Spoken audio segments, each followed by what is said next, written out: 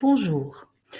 Je voudrais prendre le temps maintenant de vous expliquer les modalités d'inscription qui sont fixées, comme vous le savez, par décret. Un projet modifiant le processus d'inscription est annoncé depuis de nombreux mois et déposé au Parlement de la Fédération Wallonie-Bruxelles. Mais pour cette année, seuls 2 très légers changements seront d'application. Il s'agit de la notion d'école présumée incomplète et de l'intégration des élèves de première différenciée au processus d'inscription. Notre-Dame-des-Champs n'est pas immédiatement concernée par ces modifications. Mais pour être sûre d'être bien comprise, je reprends pour commencer les différents concepts qui sont indispensables à la bonne lisibilité du dispositif. Et pour commencer, quelques acronymes. La CIRI, tout d'abord.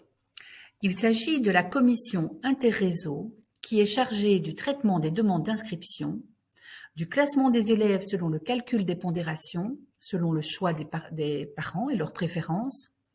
Et c'est également la CIRI qui indiquera l'école où votre enfant sera en ordre utile ou en liste d'attente. Deuxième concept, le FOUI. Il s'agit du formulaire unique d'inscription qui est remis par les directions des écoles primaires. Ce FOUI sera déposé en main propre à l'école secondaire de votre premier choix contre un accusé de réception. Vous devez, vos parents, vérifier les données qui sont reprises sur ce FOUI et compléter la partie reprenant les écoles de votre choix. Vous pouvez désormais faire cette opération via la voie numérique. J'y reviens dans quelques instants. Troisième acronyme, ISEF. Il s'agit de l'indice socio-économique faible qui qualifie les écoles primaires qui sont situées dans des zones où le niveau socio-économique a été évalué comme faible. Enfin, l'indice composite, c'est une valeur chiffrée qui varie selon une multiplication successive de critères ou de coefficients. Ces critères sont au nombre de 7. Je vous épargne une longue explication sur chaque critère. Comprenez que sont pris en compte votre choix préférentiel pour une école, selon l'offre d'enseignement et le réseau des écoles qui sont à proximité de votre domicile. Les distances entre votre domicile, l'école primaire et l'école secondaire sont également prises en considération.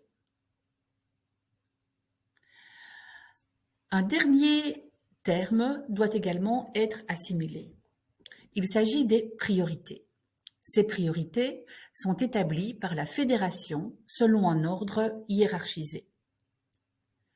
Les priorités concernent les enfants ISEF, les fratries, les enfants du personnel ou encore les enfants en situation spécifique, par exemple en intégration.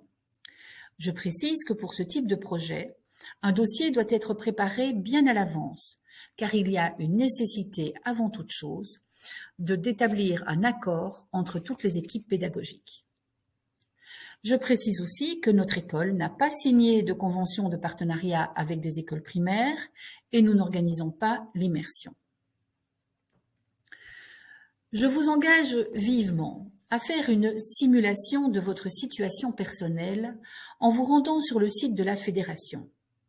Cette simulation est assez aisée à faire.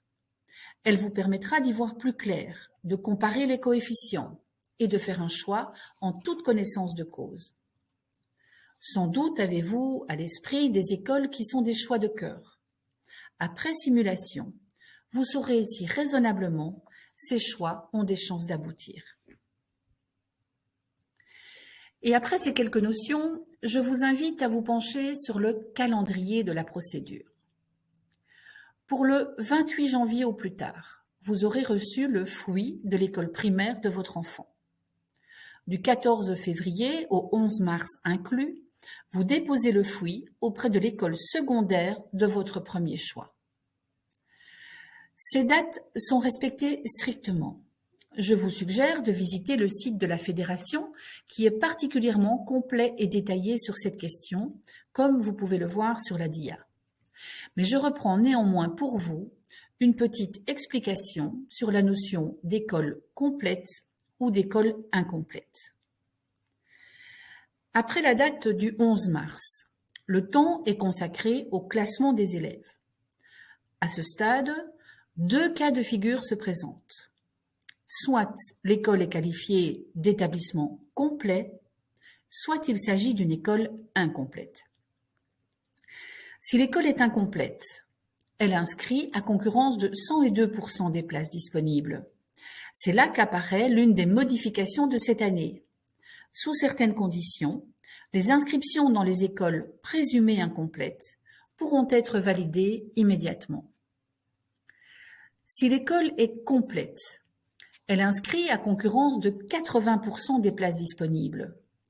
On va laisser 20% disponibles pour les enfants qui n'ont pas pu trouver l'école de leur premier choix au premier tour. C'est dans ce cas de figure que l'indice composite va intervenir.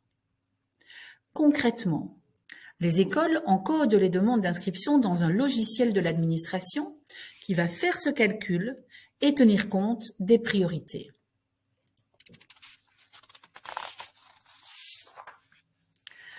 À ce propos, sans doute êtes-vous intéressé de connaître les disponibilités pour Notre-Dame-des-Champs. En première année commune, le nombre de places au total est de 180. 12 places sont également ajoutées pour les élèves de première différenciée. Pour le dépôt de vos formulaires, nous vous proposons de prendre rendez-vous afin de réduire au maximum votre temps d'attente et de respecter surtout les conditions sanitaires. J'insiste sur le fait que vous avez 3 semaines pour réaliser cette inscription. Il est donc inutile de vous précipiter pour prendre rendez-vous la première semaine. Il n'y a aucun ordre chronologique qui compte.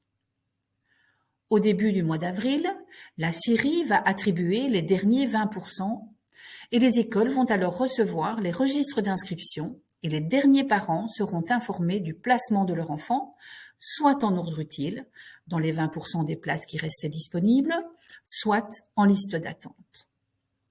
En ce qui concerne les délais, je vous informe d'une petite subtilité. Si vous avez accepté de recevoir les informations et les notifications par mail, vous recevrez votre réponse avant les vacances de Pâques. Si vous avez opté pour le format papier, l'envoi se fera durant les vacances. J'insiste sur un point. Soyez très vigilants dans les démarches que vous pourriez effectuer en acceptant ou en refusant une place dans une école du volet confidentiel ou par la suite lors des inscriptions chronologiques. L'expérience nous montre que c'est souvent lors de ces manipulations que les problèmes surviennent. Peut-être certains d'entre vous ont-ils déjà bien perçu toutes les subtilités de ces procédures. Néanmoins, tout ceci étant très technique, si vous souhaitez des précisions, je vous invite à visiter les sites suivants. Le site de notre école ou encore le site de l'enseignement catholique, le site de la Fédération Wallonie-Bruxelles ou enfin le numéro vert proposé par la Fédération. Concernant Notre-Dame-des-Champs, nous sommes à votre disposition par visioconférence durant 3 moments privilégiés.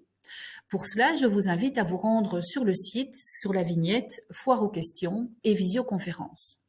Enfin, n'hésitez pas à nous contacter au numéro qui s'affiche à l'écran, qui est le numéro central de notre établissement et vous pouvez sélectionner le secrétariat élève.